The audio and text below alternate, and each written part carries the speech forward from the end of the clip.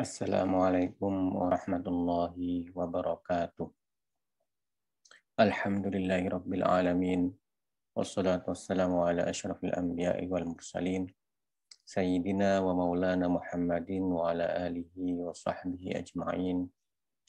Berjumpa lagi dalam pengajian edisi Ramadan Kitab Kasyfut Tabarih karya Mbah Yai Abu Fadl Senori Tuban.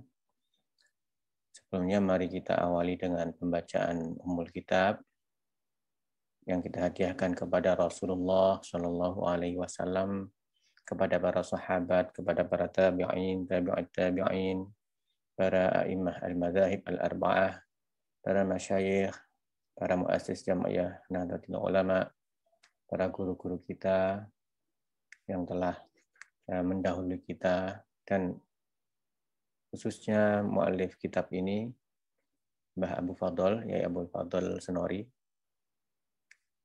Semoga kita mendapatkan berkah dari pembacaan kitab ini. Al-Fatihah.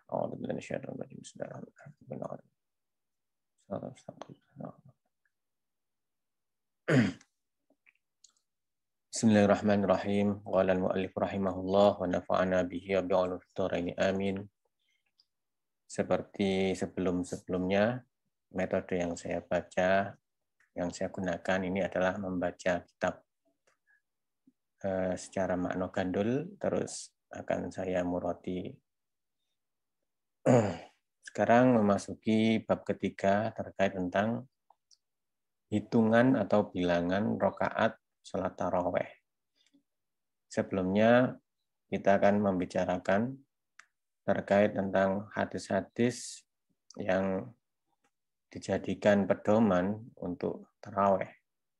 Kemudian terkait sholat tarawih ini dilakukan secara berjamaah ataukah sendirian. Ini sudah dibahas pada bab pertama dan bab kedua. Nah, ini yang menarik adalah bab ketiga, karena bab ketiga ini merupakan inti daripada kitab Kasyfut Tabarih, di mana Mbah Abu Fadl menulis Kasyfut Tabarih untuk membantah, ya, untuk mengcounter mereka yang mengatakan bahwa sholat tarawih 23 rakaat itu adalah bid'ah madmumah.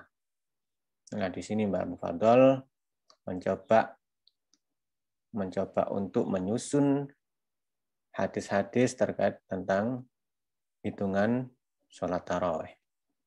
Ya, ini yang bab ketiga ini.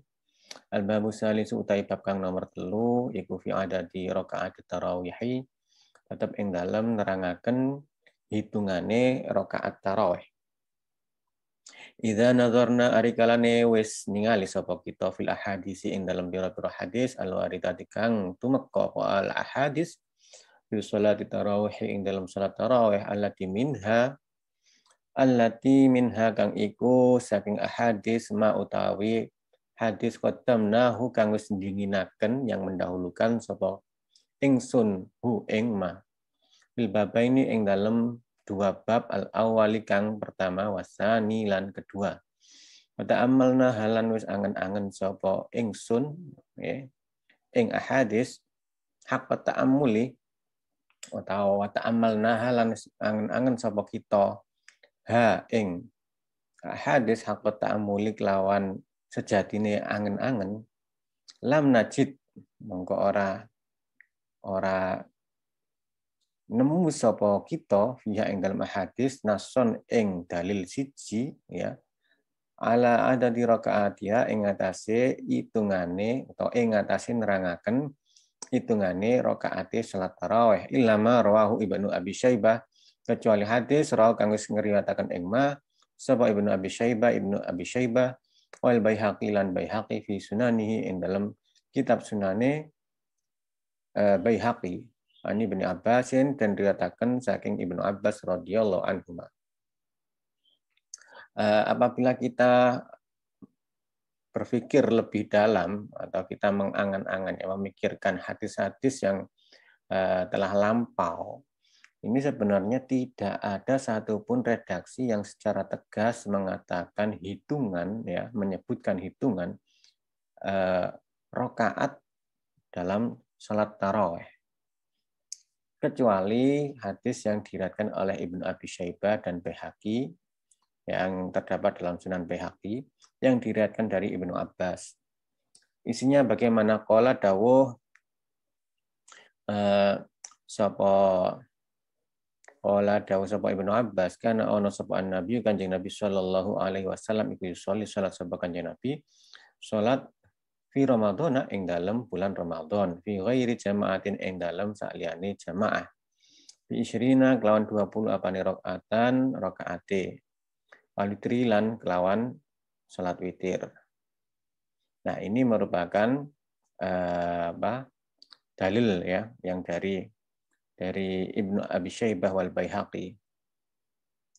Terus yang kedua adalah wa ma rawa Ibnu Hibban. Dan hadis rawahu kang wis ngriwayataken ing sapa Ibnu Hibban an Jabirin saking Jabir sallallahu salat nyatane salat bina kelan kita sapa Rasulullah Kanjeng Nabi fi Ramadan ing dalam bulan Ramadan salat sama rokaatin kelawan 8 pira-pira rakaat. Suma autaro mengkonuli gawe witir sapa Kanjeng Nabi. Falamma kanat mengko semangsane wis tinemu apa al-qabilatu malam yang akan datang, malam wengi kang akan datang. Ijtama'na mengko kumpul sapa kita fil masjid ing dalam masjid. Warajauna lan ngarep-ngarep sapa kita ayah ruja ing yen temetu sapa Kanjeng Nabi ilaina maring kita hatta asbahna sehingga isu-isuan sapa kita. Semadakhalna mengkonuli malbu sapa kita fakulna manjing sapa kita fakulna mengko ngucap sapa kita ya Rasulullah duh Kanjeng Nabi al hadis narusno sapa sira ing ikilah hadis ila akhiri. Sedangkan hadis yang kedua ini diriwayatkan dari Ibnu Hibban dari Jabir, di mana Rasulullah sholat bersama kita di bulan Ramadan 8 rakaat. Kemudian beliau melakukan sholat witir. Kemudian di malam yang selanjutnya, malam yang akan datang, malam selanjutnya, kita berkumpul dalam masjid dan berharap Rasulullah akan keluar dan sholat bersama kita. Hingga memasuki akan menjelang subuh, kita pun akhirnya sowan ya ke Rasulullah dan kita pun bertanya kepada beliau.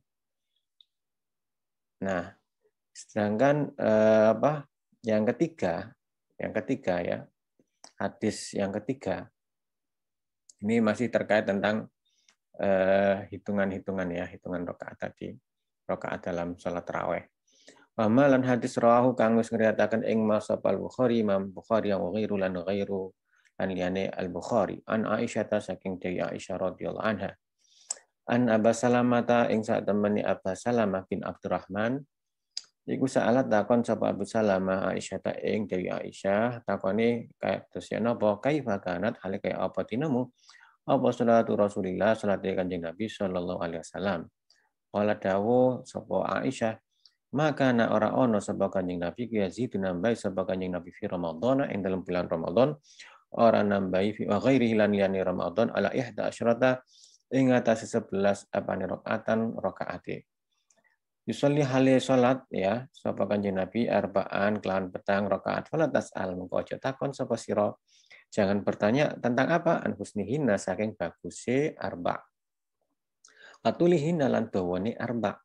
Suma yusolli mengko nuli salat sapa Kanjeng Nabi arba'an kelawan petang rakaat fala tas'al mengko aja takon sapa sira an husnihinna saking baguse arba. Watulihinna lan suwene arba sema yusolli mengko nuli salat sapa Kanjeng Nabi salasan kelawan ping 3. Jadi hadis yang ketiga yang diriwayatkan oleh Al-Bukhari yang juga didukung oleh selain Bukhari, ini jalurnya dari Siti Aisyah, bahwa sesungguhnya Abu Salamah bin Abdurrahman ini pernah bertanya kepada Aisyah, ya, pernahkah wahai dari Aisyah engkau menyaksikan sholat Rasulullah? Nah, maksudnya adalah sholat malam, ya.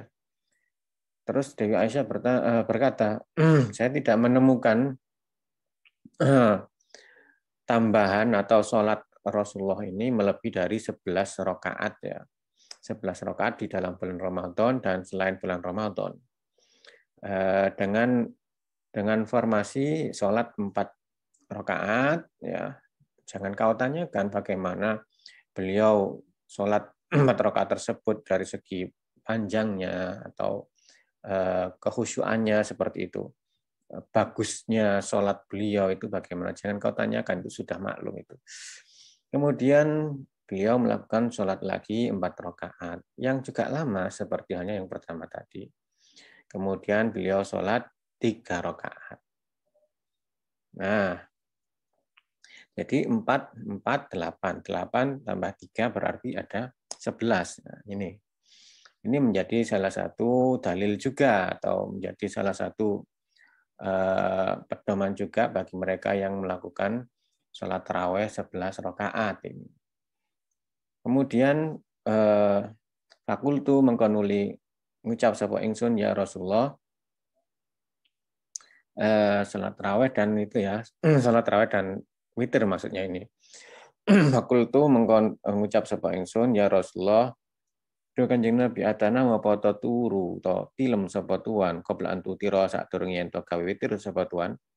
Kala dawuh sapa Kanjeng Nabi, ya Aisyah tu Aisyah, inna aina ya sak temene kedua mata ingsun iku tanamani turu apa aina ya oleh namu tapi ora turu apa qalbi ati ingsun.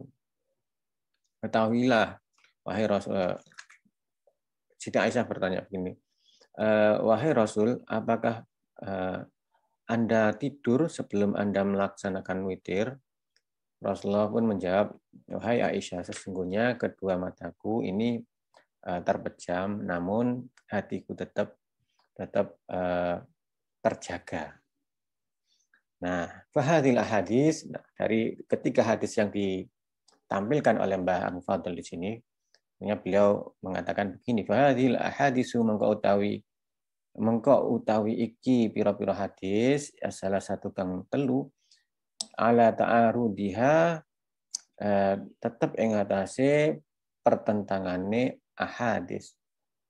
Iku la takhlu ora sepi apa hadis asalah sa'an maqalin saking pembicaraan fi isnadi ba'diyah ing dalem nyifati atau ing dalem nyandaraken setengahe hadis manih timalin lan saking nanggung atau mengarahkan fil ba'di ing dalem hadis al akhari kang weneh. Dari ketiga hadis tersebut ini sebenarnya terjadi ta'arud atau pertentangan, tidak ada sinkronisasi, tidak ada kesesuaian antara 1, 2, dan 3. Ya, karena ini termasuk masih dalam perdebatan terkait masalah sanad. Nah, ini yang akhirnya menjadi sesuatu yang tidak bisa dipegang erat sebagai dalil atau hujah untuk memutuskan berapa rakaat, ya, berapa hitungan rakaat tarawih. Bagi Mbak Fadol ini tidak tepat, harus ditakwil, ini nggak tepat kata Mbak Fadol gitu.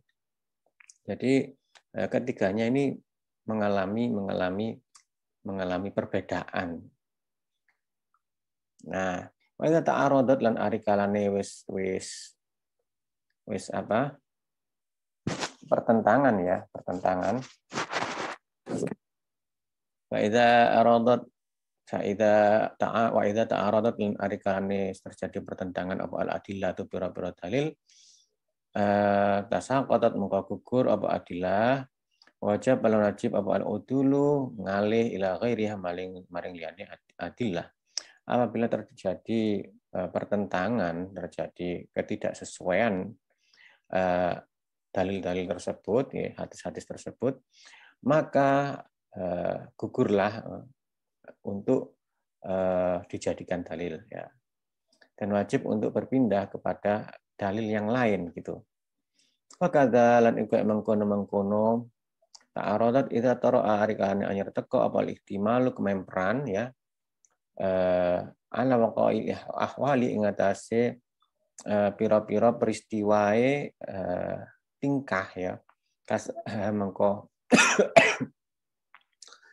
mengko menganggoni ing taqaik apa sabul ijmali baju atau klambi yaiku global, ya. Wasakoto lan wis apa lan wis gugur biha kelawan pokoknya apa istidlalu penggawe ngalap dalil, atau bisa jadi sabul ijmali baju kang indah, ya. Wasakoto ya al istidlal. Jadi kalau terjadi pertentangan, ya, di antara beberapa dalil, maka carilah dalil yang lain gitu, yang tidak bertentangan. Dan begitu pula ketika terjadi kemiripan atau mungkin ada ihtimal terhadap sebuah peristiwa, maka carilah sesuatu atau carilah titik temu, carilah pemaknaan atau gunakanlah pendapat yang itu lebih baik gitu, lebih baik. Wasaqata bil istidlal, dan tidak perlu untuk mencari dalil, ya. Mencari dalil mungkin kalau dalam konteks hadis maka nggak usah ditarjeh gitu, carilah yang paling aman, yang bisa dijadikan pedoman gitu, istilahnya seperti itu. Fa arafta dzalik, mengko ari kalane ngerti sapa sira dzalika ing mengkono-mengkono adamu khuluwil ahadits as-salasa fa'lam, mengko ngerti sapa sira an hadis Ibnu Abbas al-madhkura, sak temene hadis Ibnu Abbas yang telah disebutkan tadi iku dha'afahu wis dhaifno ing hadis al Baihaqi, Imam Baihaqi wa ghairuhu lan yani Baihaqi. Perlu diketahui bahwa hadis Ibnu Abbas yang tadi disebutkan yang pertama ini meskipun memang redaksinya seperti demikian, ya, redaksinya tadi bagaimana redaksinya yang dari Ibnu Abbas bahwa yusolli fi Ramadan fi ghairi jama'ah bi 20 rakaatan, bahwa Kanjeng Nabi sholat 20 rakaat dalam bulan Ramadan, 20 rakaat di dalam bulan Ramadan, ya, 20 rakaat dan satu witir, ya. Dan witir nggih ngoten mawon. Ini oleh Baihaqi ini didhaifkan. Menurut Baihaqi ini hadisnya dhaif gitu. Wa annaulan sak temene hadis ma'adu fi sartani dhaifi hadis iku mu'aridun nggih bertentangan bil hadisaini kelawan dua hadis al-madhkura ini kang wis den sebut ba'dau ing dalam sakwise hadis Ibnu Abbas. Fala takumu mengko ora jumeneng, ora iso dadi ngadeg nggih bihi kelawan hadis Ibnu Abbas Abu al-Hujjatu hujjah. Dan ini tidak sinkron, ya, bertentangan dengan dua hadis setelahnya, yakni dua hadis setelahnya tadi. Pertama adalah tadi kan yang pertama kan dari Ibnu Abbas, ya. Nah, ini menurut Baihaqi ini termasuk dhaif. Nah, dan hadis ini pun juga berbeda dengan yang diriwayatkan oleh Ibnu Hibban an Jabir dan dari Aisyah, ya, dari Aisyah, di mana Nabi Salama bertanya kepada Aisyah terkait apakah Rasulullah ini sholat, bagaimana sholat Rasulullah di dalam bulan Ramadan, ya. Terus Sayyidah Aisyah mengatakan 11 rakaat itu tadi, 4 terus 3. Nah, ini berbeda. Jadi sehingga tidak bisa dijadikan hujjah. Karena hitungannya semuanya berbeda. Yang satu mengatakan 20 ya rakaat dan witir. Terus yang kedua mengatakan tentang 8 rakaat. Ya, terus yang ketiga mengatakan 11 rakaat. Ini kan nggak sinkron. Nah, jika terjadi demikian maka tidak bisa dijadikan hujjah. Tidak bisa dipastikan mana yang paling kuat, mana yang paling tepat dijadikan pedoman bahwa yang 20 adalah yang paling soheh, ini tidak bisa. Atau yang satunya 8 yang paling enggak bisa seperti itu karena terjadi ta'arud ya. Maka jalan yang paling aman adalah cari pendapat yang bisa dipertanggungjawabkan dan menjadi pegangan bersama. Ini nanti disebutkan di belakang oleh Mbak Abu Fadol. Wa amma hadis Jabirin anapun tawi hadis Jabir radhiyallahu an iku fa ingkaran mengko ari kalane ono mengko lamun ono bal qissah nggih hadil qissah iku wahidatun siji faqad ihtamala mengko teman-teman member apa anna Jabiron sak temene Jabir iku miman saking orang saking wong jaa kang teko sapa Jabir bilailati asaniyati ing dalem wengi kang nomor loro faliza mangko krana arahe ikilah ihtimal ya iktasara ngringkes sapa Jabir ala wasfi lailataini ing atase nyifati 2 malam kama qalahu Az-Zarqani kaya dene dawuh kang wis dikendikaaken kalian Zarqani fi syarhi Muwatta'i ing dalam kitab Muwatta' ing dalam syarah Muwatta' wahtamala. Berarti kan ihtimal yang pertama atau kemungkinan yang pertama. Yang kedua, kemungkinan itu ihtimal apa anna Jabirun sak temene Jabir radhiyallahu an iku jaa teka sapa Jabir ilal masjid maring masjid walam yabqa hali ora keri min salati saking salat Kanjeng Nabi apa ila zamanu rakaatin kecuali 8 rakaat. Wa akhbara mengko nuli ngabari sapa Jabir amma saking perkara atrokau kang menangi sapa Jabir ing mahwaraahu lan ningali nekotaken sapa Jabir ing ma'anau serta sak temene Jabir iku lam yanfi ora nafiaken sapa Jabir azzaida ing perkara kang ngluwihi alaiha ing atase sama nurakaatin bal walau nafahu balik lamun nafiaken sapa Jabir ing Zaid aidan alimali lam takum mengko ora bisa jumeneng bi lan nafi opal hujjatu hujjah lidzalika ihtimali karena mengkono kememperan kama nafa kaya oleh wis nafiaken sapa Anasun Anas radhiyallahu an raf'ahu ing oleh ngangkat tangan sapa raf'ahu ing oleh ngangkat sapa Kanjeng Nabi ing oleh ngangkat Kanjeng Nabi yatahi ing kedua tangane Kanjeng Nabi fit du'ai ing dalem donga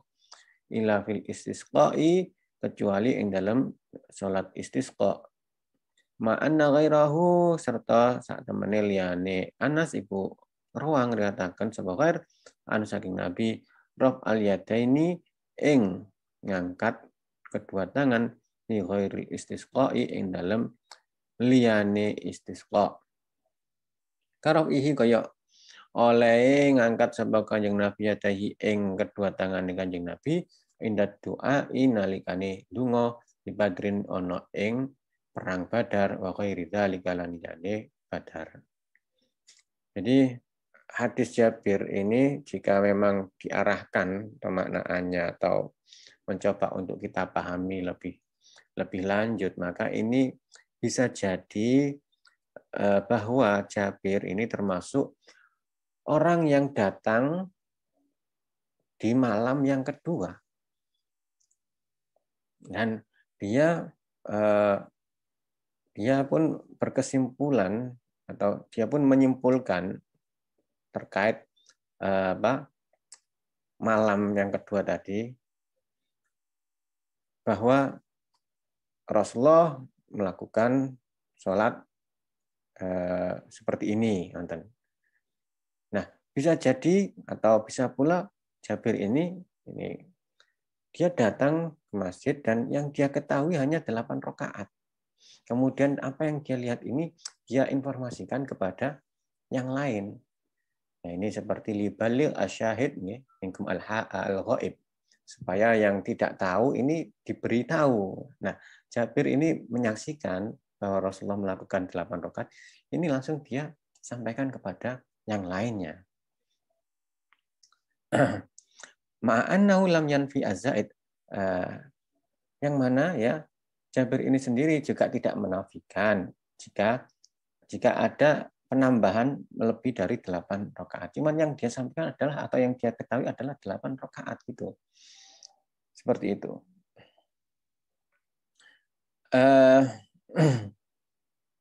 Nah, apabila dia menafikan hal ini, maka jelas tidak bisa dijadikan hujah. Ya. Nah, ini pun kalau ditamsilkan atau diibaratkan seperti hanya Anas ya, Anas bin Malik ya, insya Allah seperti itu. Anas ini menafikan atau menafikan ya, kayak kama nafa, Anas menafikan tindakan Rasulullah mengangkat kedua tangannya ketika doa ya. Illa fil istisqa, kecuali ketika istisqa.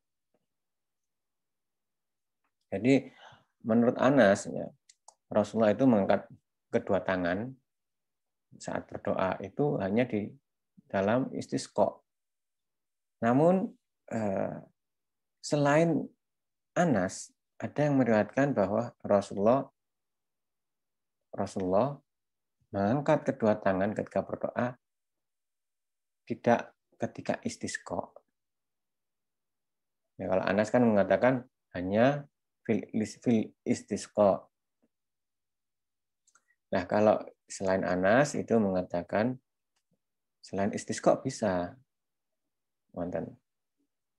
Kemudian seperti halnya mengangkat kedua tangan dalam keadaan berdoa ya di saat perang Badar. Ini jadi apa yang disampaikan oleh Anas tadi ini istilahnya kalau mungkin dalam dunia ulumul hadis itu, maka ada rawi lain yang menampilkan redaksi yang menyebutkan bahwa Rasulullah berdoa tidak ketika istisqa saja, kalau menurut Anas tadi kan hanya istisqa, tapi selain Anas itu ada yang mengatakan bahwa Rasulullah berdoa mengangkat kedua tangan itu tidak hanya waktu istisqa saja, yakni ketika terjadi perang Badar ya, sehingga ini terjadi ta'arud ya, mana yang benar, mana yang tidak benar. Saya pikir Mbah Abu Fadl ini mencari titik aman ya, atau mungkin bisa dikatakan Mbah Abu Fadl nggak ingin mentakwil lebih lanjut ini semua. Karena bagi Mbah Abu Fadl hal-hal seperti ini akan ada pembahasan tersendiri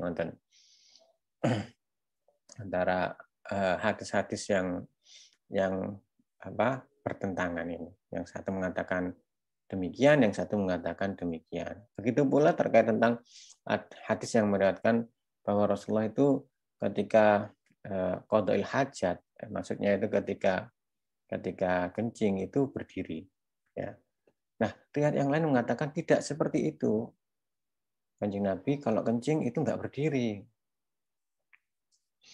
Nah, ini adalah sesuatu yang perlu dielaborasi ya, perlu dielaborasi.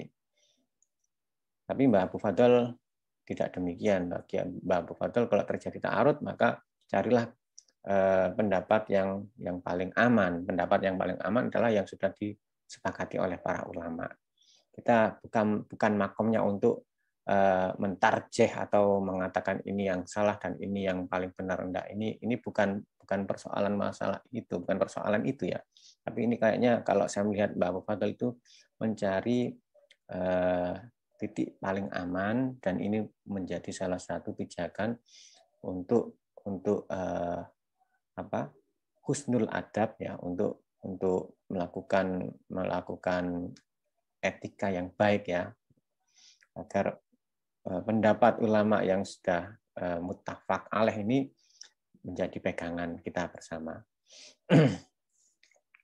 Kemudian kama angkarat kayak gini oleh ingkar sama Aisyah tu dari Aisyah anha radhiyallahu anha anna nabiyya ing sak temene Kanjeng Nabi iku bala seni nggih pipis kok iman halih berdiri ma anna ghairaha serta sak temene liyane Aisyah iku rawa ngriyataken sapa ghair anhu saking Kanjeng Nabi anna sak temene Kanjeng Nabi iku ata pipis sapa Kanjeng Nabi sebab taqaumin ing pembuangan sampai kaum fabala mengkonuli pipis sapa Kanjeng Nabi kok iman hale ngadeg kamarahu syekhon kaya oleh wis ngriyataken ing masab asy-syaikhani Imam Bukhari Muslim. Nah, kayak ngene iki ya napa falam takum mengko ora iso ngadeg apa hujjatu hujjah binafi Anasin sebab nafi oleh nafi akan Anas wala ingkari Aisyah dalan ora lawan ingkari Aisyah radhiyallahu anha. Jadi bagi Mbak Abu Fadl jika terjadi hal-hal seperti ini maka tidak bisa kita jadikan pegangan ya, tidak bisa kita jadikan hujah dengan cara menafikan dengan cara dengan cara mentarjeh salah satunya. Bagi Mbak Fadl kita harus tetap mendahulukan pendapat yang sudah disepakati para ulama. Saya rasa Mbak Fadl bukan karena tidak tahu dengan ulumul hadis ya, tapi karena beliau ikhtiyat, hati-hati. Saya jadi teringat dalam keterangan tentang Thariqah ya bagi Mbah Hashim ya, Mbah Hashim Asy'ari, bahwa ma'rifat itu mengetahui sifat-sifat Allah ya. Terus syariat berarti adalah tunduk dan patuh terhadap perintah Allah. Thariqah ini adalah termasuk melakukan syariat agama tapi dengan hati-hati. Kata-kata hati-hati ini loh yang saya pikir yang digunakan oleh Mbak Abu Fadl. Bagi Mbak Abu Fadl sebenarnya ini bisa jika beliau gunakan takwil mukhtalif al hadis, saya pikir bisa. Tapi bagi Mbak Abu Fadl ini semua tidak tepat untuk dijadikan hujah, karena ini saling bertentangan. Ini ta'arud. Ini harus ada pembahasan lain itu kalau ingin ingin dicerna lebih lanjut ya. Ini Mbak Fadl mengatakan nggak iso nggak terjadi pertentangan hadis satu dengan yang dua dan ini nggak usah dijadikan hujah. Wassalamualaikum warahmatullahi wabarakatuh.